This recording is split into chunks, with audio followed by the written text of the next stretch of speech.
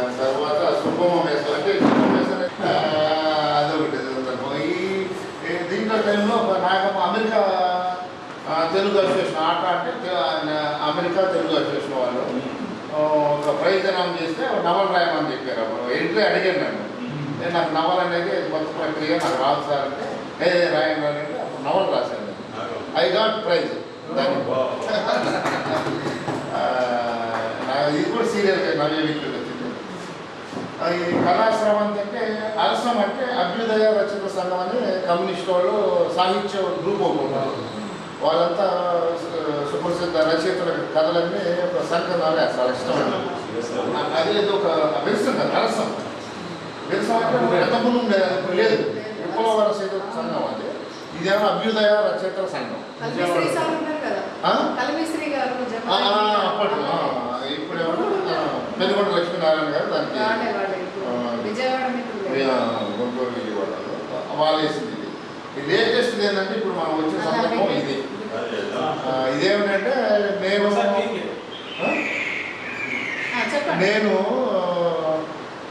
Intermediate నుంచి హాస్టల్స్లో ఉండే. నేను ఉండేది కదా బట్టిప్రోలు అనే ఊరు గుంటూరు జిల్లాలో. అక్కడ నుంచి గుంటూరు ఫస్ట్ ఏసీ కాలేజీలో ఇంటర్మీడియట్ చదివాను. దానికి హాస్టల్లో హాస్టల్లో ఉన్నాను. ఏసీ కాలేజ్ గుంటూరులో ఉన్నాను. ఏసీ హాస్టల్లో ఉన్నాను. దాని తర్వాత గుంటూరు మెడికల్ కాలేజీలో ఉన్నప్పుడు మెడికల్ కాలేజ్ హాస్టల్ అనమాట. మా నేను ఉండే హాస్టల్ అక్కడ జరిగిన కథలు. దాని తర్వాత పీజీ చేసినప్పుడు కాకినాడలో చేశాను.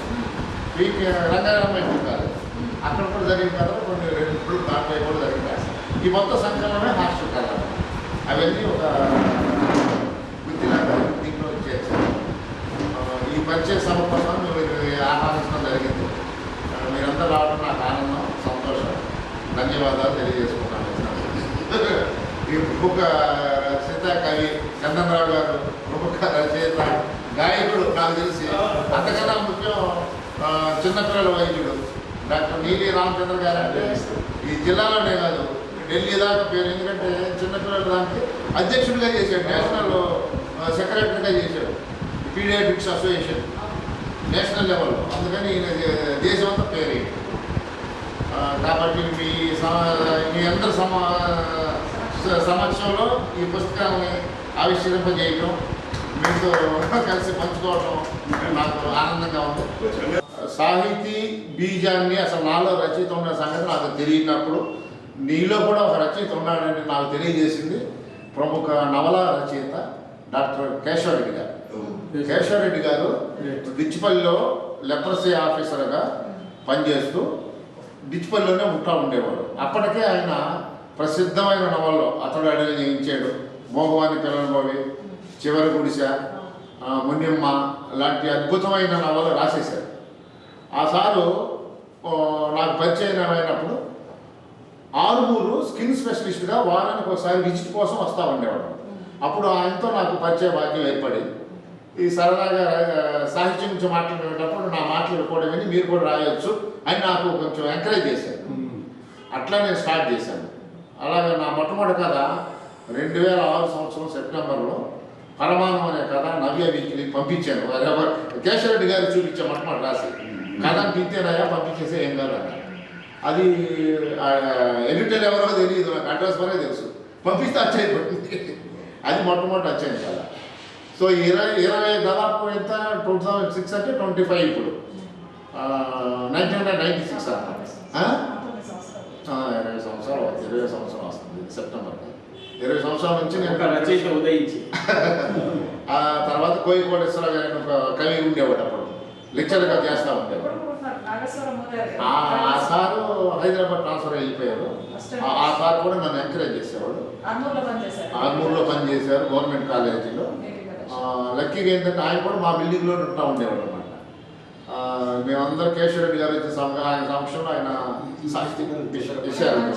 తర్వాత ఆ సందర్భంగానే బట్టిపోల కథలు నా చేత నవ్య ఎడిటర్ శ్రీరామన్ గారు రాయించుకున్నారు. రాయండి అని చెప్తే అన్నీ రాశాను. ఇది రాసిన తర్వాత ఇది బాగుందని తర్వాత ఆయన రిటైర్డ్ అయిపోయిన తర్వాత జగన్నాథ్ శర్మ గారు వచ్చి ఇంకొక సిరీస్ మొదలుపెట్టంటే జనరల్గా ఏంటంటే ఒక సిరీస్ హిట్ అయిన తర్వాత పార్ట్ 2 అనేది హిట్ కాదు అని భయపేసి ఆయన లేదు మనలో సత్తా ఉంటే ఎన్ని పార్ట్లు అయిన పుష్ప 1 చూస్తారు, పుష్ప 2 కూడా చూస్తారు అన్నట్టుగా చేస్తే రాశాను. లక్కీ ఇది కూడా హిట్ అయింది. మా ఊరి కథలని ఆ చుట్టుపక్కల ఉండే మట్టిపూల కథలు దాని గురించి రాస్తే మా ఊరిలో ఆ చుట్టుపక్కల కథలని రాశాను. ఆ సిరీస్ అంటే ఈ మాండలికం గురించి ఎక్కువ ఉంటాయి. దాని తర్వాత మాండలికం గురించి నేను రాయలేదు, సోషల్ స్టోరీస్ నేను రాశాను. దాని తర్వాత సిరీస్లో రాసింది దేవతా వస్త్రాలు. వస్త్రాల కథలు ఈ ఒక 20 కథలు రాశాను. ఇవన్నీ ఒక పుస్తకం వచ్చింది. దాని తర్వాత దశోమస్త్రాన్ని ఇంకోటి సృష్టిలోతి అనేది రాశాను. అట్లా వరుసనే నేను రాసి వివిధ పత్రికలన్నీ స్వాతి, నవ్య, జ్యోతి అట్లాంటివన్నీ ఉంటా ఉండేవి. అప్పట్లో వీక్లీలు మంత్లీలు కనపడగానే పంపిస్తూ ఉండేవాడిని. అచ్చవుతూ ఉండేవి, పడుతూ ఉండేవి. తర్వాత సుబ్బమ్మ మేస అనే కథలు అప్పట్లో ప్రైజుల కోసం అని అనౌన్స్ చేసినప్పుడల్లా నేను పంపిస్తూ ఉండేవాడిని. పంపించిన కథలన్నీ ప్రైజులు వచ్చినాయి. ఆ ప్రైజులు వచ్చిన కథలన్నీ గుదిగుచ్చి ఒక కథా సంకలనం తీసుకొచ్చాము. అదే ఈ సుబ్బమ్మ మేస కథలు.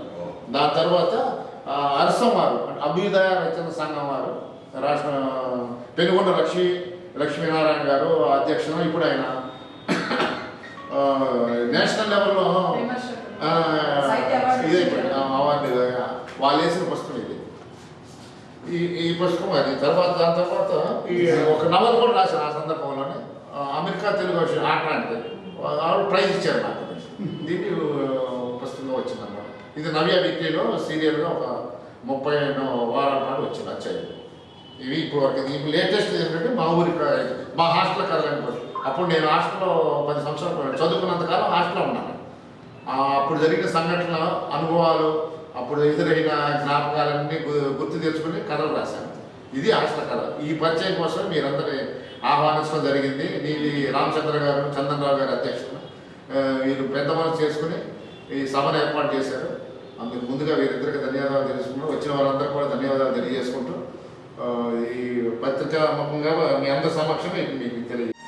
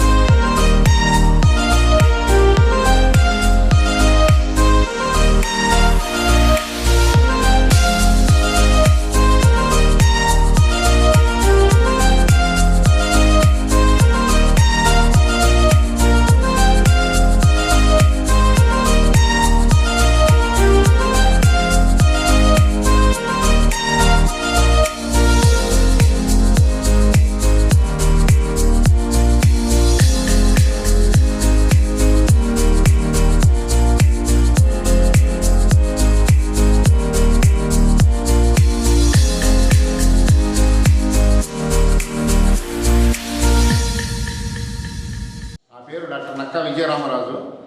నేను ఇక్కడ డాక్టర్గా వచ్చాను. యాక్చువల్గా మెడికల్ ఆఫీసర్గా నిజామాబాద్. ఆ తర్వాత అడిషనల్ డైరెక్టర్గా రిటైర్ అయ్యాను. ఇక్కడ వచ్చిన దగ్గర నుంచి కొంతకాలం నిజామాబాద్లో ఉన్నాను. తర్వాత మా మిస్సెస్ కూడా డాక్టర్ అవడం వలన మేమిద్దరం కలిసి ఆర్మూరు పట్టణంలో ప్రాక్టీస్ పెట్టడం కోసం ఆర్మూరులో సెటిల్ అయ్యాము. అప్పటి నుంచి ఆర్మూరులోనే ఉంటున్నాము. అప్పటి నుంచి నా రచనా వ్యాసంగాన్ని కంటిన్యూ చేస్తున్నాను. నా రచనా వ్యాసంగంలో తొలి గురువు నాకు డాక్టర్ కేశవరెడ్డి గారు, కోయి కోటేశ్వరరావు గారు. వాళ్ళే నన్ను రచయితగా ఎంకరేజ్ చేశారు.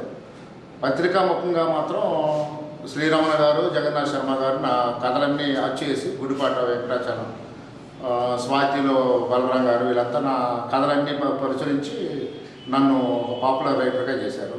ఆ సందర్భంగా మొట్టమొదట బట్టిపూల కథలన్నీ రాశాను.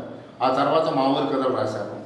ఆ తర్వాత దేవతా వస్త్రాలు, దశోమస్త్రాలు, సృష్టిలోతి అనేది, తర్వాత ఈ మధ్యకాలంలో వచ్చే కథలన్నీ ప్రైజులు వచ్చిన కథలన్నింటినీ బుదిగుచ్చి సుబ్బమ్మ మెస్ అనే ఒక కథా సంకలనం తీసుకొచ్చాను.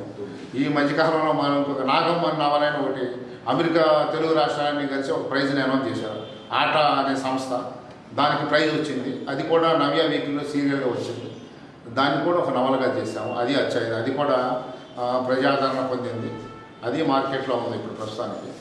ఇప్పుడు దాని తర్వాత అరసం వాళ్ళు కూడా నా కథలన్నీ, ఒక అరసం కథలన్నీ డాక్టర్ నక్కా విజయరామరాజు కథలని ఒక బుక్గా తీశారు. అది కూడా మార్కెట్లో ఉంది. ఇప్పుడు లేటెస్ట్గా హాస్టల్ కథలని, నేను ఇంటర్మీడియట్ నుంచి ఎంబీబీఎస్, ఆ తర్వాత పీజీ, నేను ఈఎంపీ చేసిన పీజీ ఎంఎస్లో, ఇవన్నీ కలిపి నేను హాస్టల్లో ఉన్న రోజుల్ని గుర్తు చేసుకుంటూ ఆనాటి జ్ఞాపకాలు, అనుభవాలు, ఆ రోజుల్లో జరిగిన సంఘటనలు, నా స్నేహితుల మధ్య మా ఉన్న అనుబంధాన్ని కథలుగా రాశాను. ఆ కథల సంకలనమే మా హాస్టల్ కథలు. ఈరోజు ఇది బుక్ ఎగ్జిబిషన్లో యాక్చువల్గా ఎప్పుడో దీన్ని ఆవిష్కరించడం జరిగింది విజయవాడలో. కానీ మన ప్రాంతంలో, ఎస్పెషల్లీ నిజామాబాద్లో మాత్రం చాలామంది కవులు, రచయితలు, సాహితీ ప్రియులు ఉన్నారు. ఎందుకో బిజీగా ఉంటాం వల్ల వాళ్ళ పనుల్లో. చంద్రరావు గారు ఈ మధ్య గుర్తు చేసి దీన్ని కూడా మనం ఇక్కడ ఎనాగ్రాట్ చేసుకుంటే బాగుంటుందని నన్ను అడగడం, పెద్ద మనసు చేసుకుని నీలి రామచంద్ర గారు ఆయనకున్న రాగమాలిక సముదాయంతో వారి యొక్క ఆధ్వర్యంలో మిగిలిన లోకల్గా ఉన్న రచయితలు, కవులు, సాహిత్య అభిమానులందరినీ పిలిచి చిన్న మీటింగ్ పెట్టి దీన్ని ఆవిష్కరించుకుందామని అడగడం. ఈరోజు లక్కీగా బక్రీద్గా వీళ్ళకి ఎంప్లాయీస్ కూడా సెలవు ఉంటుంది, గంట కూర్చొని చేసుకుందాం ఈ సాహిత్య కార్యక్రమాన్ని నాకు పిలవటం, నేను రావటం జరిగింది. ఇందరి సమక్షంలో నా పుస్తకాన్ని ఆవిష్కరించడం అనేది సంతోషకరమైన విషయం. మీరందరూ రావడం నాకు సంతోషంగా ఉంది. ధన్యవాదాలు. వైవిధ్యమైనటువంటి రోజుగా నేను ఈరోజు భావిస్తున్నాను. హడావుడిగా ఉరుకులు పరుగుల మీద ఏర్పాటు చేసిన ఈనాటి పుస్తక ఆవిష్కరణ మహోత్సవానికి తరలి వచ్చినటువంటి సాహితీ ప్రముఖులందరికీ కూడా రాగమాలిక సంస్థ పక్షాన హృదయపూర్వకంగా స్వాగతం, సుస్వాగతం పలుకుతున్నాను. వనుల ఒత్తిడి ఎంత ఉన్నా పిలిచినందునే తరలి వచ్చినందుకు మీ సహృదయతను మనస్ఫూర్తిగా కృతజ్ఞతాభినందనలు సమర్పించుకుంటున్నాను. తన రచనతో, తన కథలో నిజామాబాద్ జిల్లాకు ప్రముఖమైనటువంటి కీర్తి ప్రతిష్టలు ఆపాదింప చేస్తున్నటువంటి డాక్టర్ నక్కా విజయరామరాజు గారి పుస్తకం మా హాస్టల్ కథలు ఈరోజు ఆవిష్కరణ మహోత్సవం. ఈ పుస్తకానికి ఆవిష్కరణ కంటే ముందే ఈ పుస్తకం ప్రపంచపు దశ దిశలా తరలి వెళ్ళింది. అలాగే 9 పుస్తకాలను ఆవిష్కరించినటువంటి మహారచయిత డాక్టర్ నక్కా విజయరామరాజు గారు. వారితో చాలా సంవత్సరాలుగా పరిచయం ఉన్నప్పటికీ కూడా వారిని ప్రత్యక్షంగా కలుసుకోవడం నాకు ఇదే మొట్టమొదటిసారి.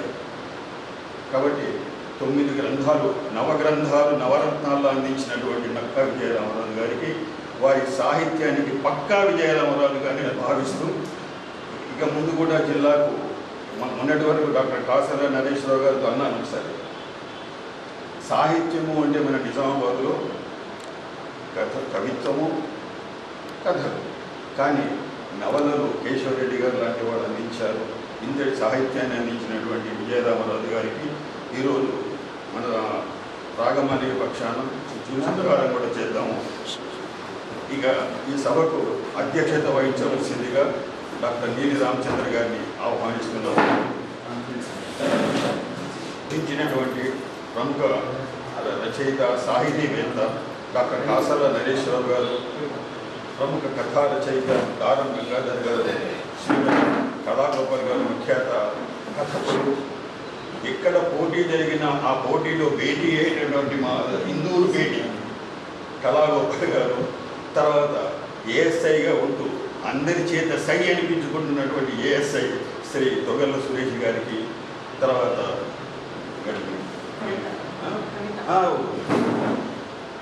ఎందుకని ఈ మధ్య కవిత అంటే అందరూ భయపడుతున్నారు పేరు విని,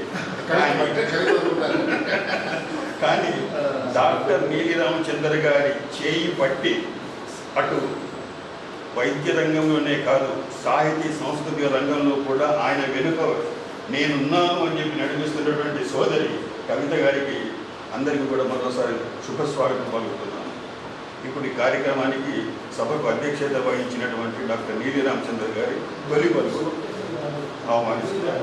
ఫీల్ అయ్యాయి. ఇంతకుముందు అంటే చాలా చూసాము, అన్నీ చూసాము, కానీ దీన్ని బాగా ఎంత బాగా వచ్చిందంటే డాక్టర్ గురువారెడ్డి ఆయన మిత్రుడు సన్షైన్ హాస్పిటల్ ఓనర్ గారు ఆయన మొత్తం కథలు చదివేసి ఆయన ఒక కథ రాసాడు. ఆయన ఒక కథ రాసి ఆయన ఎట్లా బాధపడ్డాడు, ఎట్లా ఎంజాయ్ చేసాడు అవన్నీ కూడా అంటే గురువారెడ్డిని కూడా ఆయన బయట పెట్టేసేసాడు. సో అంటే చూశాను ఈ కథలన్నీ నేను అంటే కొంచెం ఈ మధ్యన బిజీగా ఉన్న ఇతరత్ర ఉన్న చదివే పరిస్థితి లేకుంటే, కానీ పుస్తకావిష్కరణ వరకు నేను రాదు ఏం పోవాలి కూర్చొని చదవాల్సి వచ్చేది. చదివితే ఏమనిపించిందంటే అదే మా జీవితంలో కూడా మేము ఎంబీబీఎస్ అవుతున్నప్పుడు కూడా ఇవన్నీ జరిగినాయి కదా, ఈ కథల పేర్లు మారిండొచ్చు, ప్లేసులు మారిండొచ్చు. వాళ్ళకు గుంటూరు అంటే వాళ్ళు ఎక్కువ సముద్ర పొడ్డు కాదు శ్రీశోర్ పోతూ ఉంటారు, వాళ్ళు అంటే వైజాగ్ పోతూ ఉంటారు, వాడు కాకినాడ పోదు, ఈయన కాకినాడలో చదివాడు. సో వీళ్ళకి శ్రీశోర్ అనుభవాలు ఎక్కువ ఉంటాయి. తెలంగాణలో మనకు సముద్రం లేదు కానీ మనకు బావిలు, చెరువులు, కొండలు, కోనలు, ఈ కొలనులు ఇవన్నీ ఉంటాయి మనకి. సో మనకి ఈ సంస్కృతి ఎక్కువ ఉంటుంది. సో ఇవన్నీ ఉన్నాయి. మాకు భద్రకాళి గుడి, నేను వరంగల్ అంటే మాకు భద్రకాళి గుడి, లేకపోతే 1000 స్తంభాల గుడి, ఇట్లా కిలా వరంగల్, అటు పోతుంటే అక్కడికి పద్మాక్షమ్మ గుడి, ఇక అటు పోతే భద్రాచలం వస్తుంటుంది. ఇట్లా అంటే మనకు కూడా ఉన్నది కానీ మన బ్యాక్గ్రౌండ్ వేరు. కానీ ఆయన జీవితంలో జరిగిన సంఘటనలన్నీ మా జీవితాలలో కూడా జరిగినాయి. కాకపోతే మేము పెన్ను పెట్టలేదు, ఆయన పెన్ను పెట్టాడు, ప్రఖ్యాతుడు అయ్యి కొంచెం బాధగా ఉంది. అంటే సహృదయంతో సద్బుద్ధితో కూడిన ఒక రకమైన ఈర్ష్య. సో ఇట్లా ఇలా అంటే దాదాపు చాలా కథలు ఉన్నాయి. వీటన్నిటిని నెమ్మరేస్తే సమయం సరిపోదు.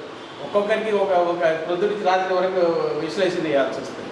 ఈ మిత్రుడు చాలా ఓపిక కొద్దీ చాలా తీరిగ్గా తన అంటే ఇప్పుడు వాళ్ళ క్లాస్మేట్లు కానీ గుంటూరు మెడికల్ కాలేజీలు కానీ రంగారాయలు కానీ మేము కూడా చేస్తే బాగుంది కదా, మేము కూడా రాస్తే బాగుంది కదా, ఇన్ని అనుభవాలు మాకు కూడా ఉన్నాయి కదా అని ప్రతి ఒక్క వైద్య విద్యార్థి గత 30, 40, 50 ఏళ్ళు చదివిన ప్రతి వైద్య విద్యార్థి అనుకునే భావాలు ఆయన పుస్తకంలో చక్కగా పెట్టు. ఏదో రాశాడు అచ్చేసాడు అన్నట్టుగా హృదయానికి హత్తుకునేలా వేయడం చాలు. ఇట్లాంటి గొప్ప మిత్రుడిని కలిగి ఉన్నందుకు మనము కేశవరెడ్డి గారిని కూడా ఒక గొప్ప నవల రచయితని మనము చూసాము. ఈరోజు ఆయన మిగిల్చిపోయిన శిష్యుడు, ఆయన ట్రైనింగ్ ఇచ్చిపోయిన శిష్యుని చూస్తున్నాం. చాలా సంతోషంగా ఉంది. ఈ ఏదైతే ఈ కళ ఉందో దీన్ని ఇట్లాగే ముందుకు తీసుకుపోవాలని అభినందిస్తూ ఈరోజు పిలిచిందే తడువుగా వచ్చి మీ గురువు గారు చందన్ రావు గారు చాలా చేసే తీరుదాన్ని డాక్టర్ సాబ్ అన్నారు. కాసర్ల నరేష్ గారు, మేడం కళా గారు, దారం గంగాధర్ గారు, పొగర్ల సురేష్ గారు, వీళ్ళు ఎప్పుడు సాహితీ సమావేశాల్లో వాటికి ఇప్పుడు ఆల్రెడీ ఒకటి ఉన్నది పోవడానికి సిద్ధంగా ఉన్నారు. ఒక ఇబ్బందికరమైన పరిస్థితులలో కూడా వాళ్ళు ఇచ్చేసినందుకు మీ అందరికీ పేరున ధన్యవాదాలు. Thank you. డాక్టర్ గారి అభినందన సంతోషం, అలాగే కవితాభినందనలు కూడా ఆహ్వానిస్తున్నాను. గారికి అభినందనలు, ధన్యవాదాలు తెలియజేస్తున్నాను. జిల్లా సాహితీవేత్త డాక్టర్ కాసర్ల నరేశ్వరరావు గారు కవిత్వం పట్టుకున్న, కథను ముట్టుకున్న, దానికి ప్రాణప్రతిష్ఠ చేసేటటువంటి అమృత హస్తాలు, వారిని మాట్లాడవలసిందిగా డాక్టర్ కాసర్ల. సాహిత్య పరిశోధనలో డాక్టరేట్ చేసిన మాబోటి వాళ్ళకి వైద్య వృత్తిలోని డాక్టర్లు, అందులో రచయితలు తగ్గడం చాలా అరుదు. నిజామాబాద్ జిల్లా సాహిత్యానికి సంబంధించి, సాహిత్య చరిత్రకు సంబంధించినటువంటి ఆ పుటలను ఒక్కసారి అట్లా నెమరు వేసుకుంటూ పోతే, ముఖ్యంగా రచనా విభాగంలో అంటే గద్య రచనలో, అటు నవల కావచ్చు, కథా రచనలో డాక్టర్లుగా నిలబడిన వాళ్ళు ముందు పేరు మా కేశవరెడ్డి గారు వస్తుంది. నవలా చక్రవర్తి, ప్రపంచం గుర్తించిన గొప్ప నవలాకారుడు ఆయన, విశ్వవిఖ్యాత నవలా చక్రవర్తి డాక్టర్ కేశవరెడ్డి గారు. మనం చాలా అదృష్టవంతులం ఏమిటంటే ఆయన వృత్తిరీత్యా నిజామాబాద్లో చాలా కాలం ఉన్నాడు. ఆయన అవునండి, ఉద్యోగం రీత్యా ఇక్కడికి వచ్చి చివరి దశలో కూడా ఇక్కడే చనిపోయిన అంత్యక్రియలో పాల్గొన్న అదృష్టం మాకు కూడా ఉంది. నిజామాబాద్ అంటే తెలుగు సాహిత్యంలో నిజామాబాద్ అనగానే ఖచ్చితంగా గుర్తుపెట్టే పేరు ఏమిటంటే నవలలు కానీ కేశవరెడ్డి. అతడు అడవిని జయించాడు దగ్గర నుంచి మునిమ్మ దాకా కావచ్చు, అన్ని నవలలు ప్రపంచంలో అందరినీ ఆకర్షించినట్టు చాలా భాషల్లోకి అనువాదమైనటువంటి నవలలు. అందుకనే గొప్ప డాక్టర్గా మనసులో ఉన్నటువంటి కేశవరెడ్డి గారు. ఆ తర్వాత డాక్టర్లు ఇంకెవరు, కళారంగంలో రామచంద్ర సార్ లాంటి వారు ఉన్నారు. కానీ ఇంకా సాహిత్య రంగంలో ఎవరెవరైనా వెళ్తుంటే చంద్రరావు సార్ గారు ద్వారా పరిచయం అయింది. అది పేరు ప్రఖ్యాతం. మేము భట్టిప్రోడ్ కథల గురించి విన్నాము, దేవతా వస్త్రాల గురించి విన్నాం, కానీ సార్ని ఎప్పుడు కలిసే అవకాశం రాలేదు. నక్కా విజయరామరాజు గారు మరి వారు అంటే ఇట్లా రెండు తేడాలు ఉన్నాయి. నక్కా విజయరామరాజు గారు కేశవరెడ్డి గారి శిష్యుని అంటున్నారు, కానీ రాతల విషయానికి సంబంధించి కొంచెం నిన్న సాఫ్ట్ కాపీ ఇస్తే పంపి చూసాం సార్. మీ శైలి వారి శైలి, వారిదేమో రాయలసీమ శైలి, ఉత్తర తెలంగాణ ప్రాంతం నివాసి అయినప్పటికీ ఆయన శైలిలో, భాషలో, ఎత్తుగడలో, నిర్వహణలో, పాత్రల రూపకల్పనలో అంతా కూడా రాయలసీమ ప్రాంతం అంతా చిత్తూరు జిల్లా మొత్తం అచ్చంగా చిత్తూరు జిల్లా భాషా పదాలు. రాముడి దేవాలయం, ఏం రాముడి దేవాలయం? చిత్తూరు రాముడి దేవాలయం ఒంటిమిట్ట ప్రస్తావన ఖచ్చితంగా భాష అయినప్పటికీ ఇందాక సార్ అన్నారు, మీరు మాట్లాడుతున్నారు సార్, సారు కాకినాడ నేపథ్యం, తూర్పుగోదావరి, ఆ భాషకు సంబంధించి ఎట్టి పరిస్థితి ఆనవాళ్ళు ఉంటాయి, ఉండాల్సిందే కూడా. సొంత గొంతుగా సొంత వ్యక్తిత్వం అనేది ఖచ్చితంగా ఉంటుంది కానీ వాళ్ళకి సముద్రం దగ్గర తెలంగాణకు లేదన్నారు, మనకు కష్టాల సముద్రం దగ్గర ఉంది, మనకి బాధల సముద్రం దగ్గర ఉంది మనకి. అంటే ఎందుకంటే కేశవరెడ్డి గారి పాత్రలందరూ కూడా అట్టడుగు దళిత వర్గాలే, అట్టడుగు ప్రజల యొక్క కష్టాలు అసలు ఎంత దగ్గరకు ఎట్లా చూస్తాడనేది మనకు చాలా చాలా ఆశ్చర్యం వేసే గొప్ప నవలికలు వారి, నవలలు వారి. మరి ఆ కోవలోని మీరు కూడా 9 పుస్తకాలను తీసుకొచ్చి వచ్చిన వారిని చూస్తున్నాం, ఇంకా మిగతా పుస్తకాలు చూడలేదుగా. వారికి బహుమతులు వచ్చినటువంటి కథలు చదివినాం, వివిధ నవ్య లాంటి పత్రికలు కావచ్చు, బాలపిట్ట లాంటి దాంట్లో కావచ్చు, ఇతరతర సాహిత్య పత్రికలు చూసినాం. మరి ఈరోజు వారు మా నిజామాబాద్ మరి ఇక్కడే ఉంటున్నారనేది, అంటే ఆర్మూరు నివాసి అయినప్పుడు నిజామాబాద్ వాసిగానే పరిగణిస్తూ నిజామాబాద్ సాహిత్య చరిత్రలో ఈ పుస్తకాల గురించి రాయాల్సిన అవసరం ఉంది సార్. ఎందుకంటే కేశవరెడ్డిని దాచుకున్నాం మేము నిజామాబాద్ జిల్లా సాహిత్య చరిత్రలో. నవల విభాగంలో వారిని స్పృశించకుండా మేము ముందుకు వెళ్ళలేదు, కానీ కథల విభాగంలో కూడా మిమ్మల్ని, మీ రచనల్ని, మీ యొక్క పరిచయాన్ని మరి నిజామాబాద్ జిల్లా చరిత్ర మళ్ళీ తిరిగి రాసినప్పుడు మేము చేర్చుకునే అవకాశం మాకుంది. ఎందుకంటే 2 సంవత్సరాల క్రితం తెలంగాణ సాహిత్య పరిషత్, సరస్వత పరిషత్ ఆధ్వర్యంలో జిల్లా సాహిత్య చరిత్ర వచ్చింది సార్, సమగ్ర సాహిత్యం.